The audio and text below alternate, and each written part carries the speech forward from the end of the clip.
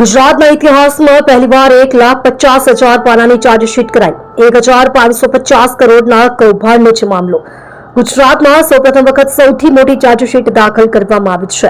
જી હા, સુરતના ઉધના વિસ્તારમાં થયેલા સાયબર ફ્રોડ કેસમાં 1,50,000 પાનાની ચાર્જશીટ દાખલ કરવામાં આવી છે।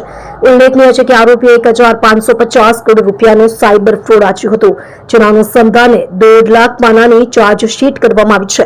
આ કેસમાં 12 આરોપીઓની ધરપકડ પણ કરવામાં આવી છે।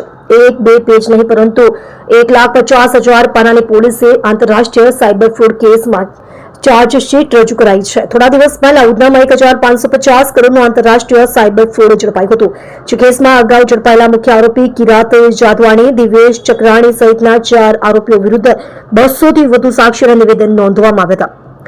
બેંક એકાઉન્ટ ખોલાવવામાં આરોપીઓ દ્વારા ખાસ એમઓ અપનાવવામાં આવી હતી, જે એમઓ અંગેના પુરાવા પણ એકત્રિત કરી ચાર્જશીટ રજૂ કરી હતી।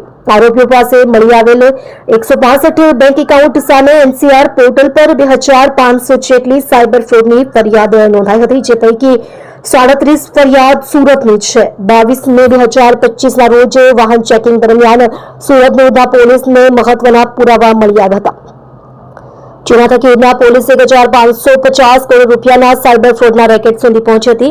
ઉધના પોલીસને શંકાસ્પદ વ્યક્તિ વાહન ચેકિંગ દરમિયાન મળી આવ્યો તો તેની પાસેથી બેંક એકાઉન્ટના અનેક ડોક્યુમેન્ટ્સ મળી આવ્યા હતા, જેના અનુસંધાને પોલીસે ઊંડાણપૂર્વક તપાસ શરૂ કરી હતી।